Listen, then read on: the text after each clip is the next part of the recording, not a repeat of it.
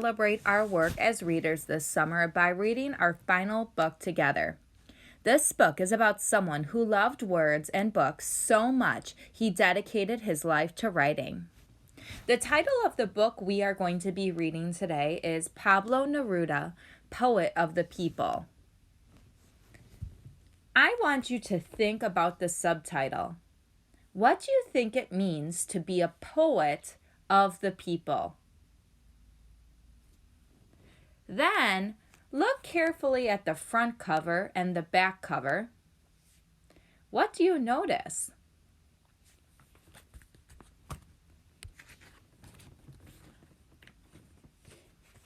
Once there was a little boy named Naphtali who loved wild things wildly and quiet things quietly. From the moment he could talk, Naphtali surrounded himself with words that whirled and swirled, just like the river that ran near his home in Chile.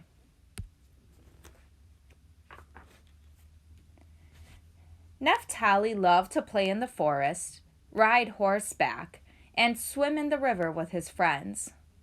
Naphtali's father was a train conductor, and sometimes he would take his son with him on the train. Whenever the train made a stop, Naphtali would run off into the forest to search for beetles and birds' eggs and tall ferns that dripped water like tears. I want you to think, what do you notice about the illustrations? How do the illustrations show us the power of words and Pablo's feelings about them?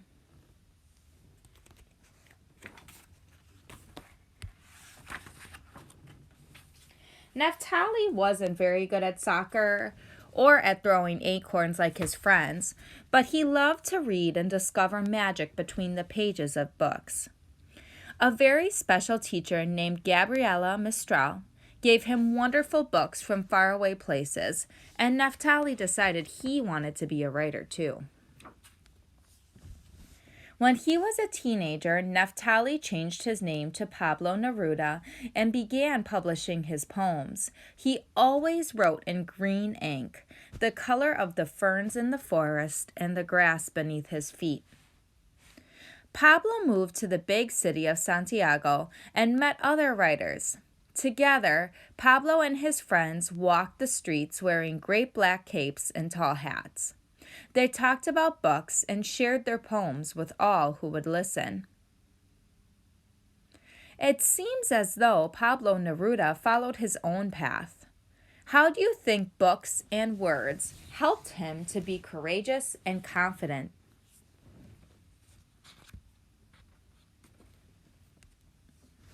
Pablo wrote poems about the things he loved, things made by his artist friends, things found at the marketplace, and things he saw in nature. He wrote about scissors and thimbles and chairs and rings. He wrote about buttons and feathers and shoes and hats. He wrote about velvet cloth and the color of the sea. Pablo loved opposites, so he wrote about fire and rain and spring and fall. In the streets with his friends, Pablo saw joy and sadness, so he wrote about both. Pablo loved the stories of Chile. He wrote about stones rolled by waves onto the beach and stones polished by sand and salt. He wrote about stones tumbling down the mountain tops and stones in the hands of the stone cutters. Pablo loved the sea and the feel of the sand beneath his feet. He loved walking along the beach near his home in Chile. He found starfish and seaweed, red crabs and green water. He saw dolphins playing in the surf and rusty anchors washed ashore. Pablo wrote about the children who played in the sea foam and the sand, skipping stones and chasing waves. He wanted each child to share in Chile's wealth and hope. It says here that Pablo wanted each child to share in Chile's wealth and hope. How would you describe Pablo Neruda based on that statement? Pause the video and reflect.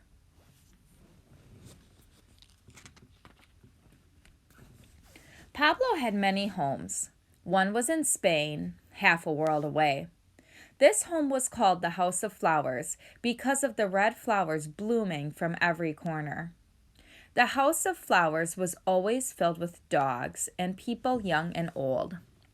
Because above all things and above all words, Pablo Neruda loved people.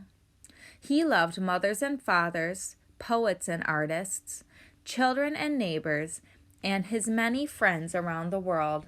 He opened his arms to them all. When Pablo saw the coal miners working dangerous jobs for little money, he was angry. When he saw that they were cold and hungry and sick, he decided to share their story. He joined those who fought for justice and wrote poems to honor all workers who struggled for freedom. Even when his poems made leaders angry, he would not be silenced because he was a poet of the people. When soldiers came to get him, Pablo hid in the homes of friends and then escaped on a horse over the mountains of Chile. Pablo Neruda was brave. He wasn't afraid to share the story of Chile with the world. Pablo's voice was heard across nations and oceans. From his poems grew flowers of hope and dreams of peace. We know that Pablo Neruda was forced to leave his home by the government of Chile and live in exile. Exile means that you aren't able to live in your country anymore.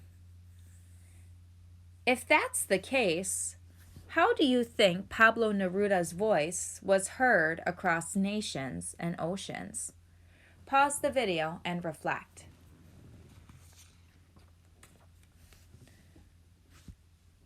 And now we have the author's note. Pablo Neruda is considered one of the greatest and most influential poets of the 20th century. He was born Ricardo Eliseo Naphtali Reyes Basolto in Parral, Chile in 1904. When Naphtali was growing up, his father didn't approve of his poetry, so Naphtali began publishing poems behind his father's back under the name Pablo Neruda. During his lifetime, Neruda was a student, a diplomat, a senator, an activist, and a fugitive. And a fugitive is someone who's running from the law. But always and above all, Pablo Neruda was a poet, the poet of the people. And there they list several of his famous works. He won the Nobel Prize for Literature in 1971. Pablo Neruda died in Chile in 1973, and a few days later, his friend, the poet Yevgeny Yushchenko, wrote, "He carries his poetry to the people as simply and calmly as a loaf of bread." Today, Pablo's house in Chile on Isla Negra still stands. With feelings of love and hope, women and men from all over the world visit to celebrate the poet of the people.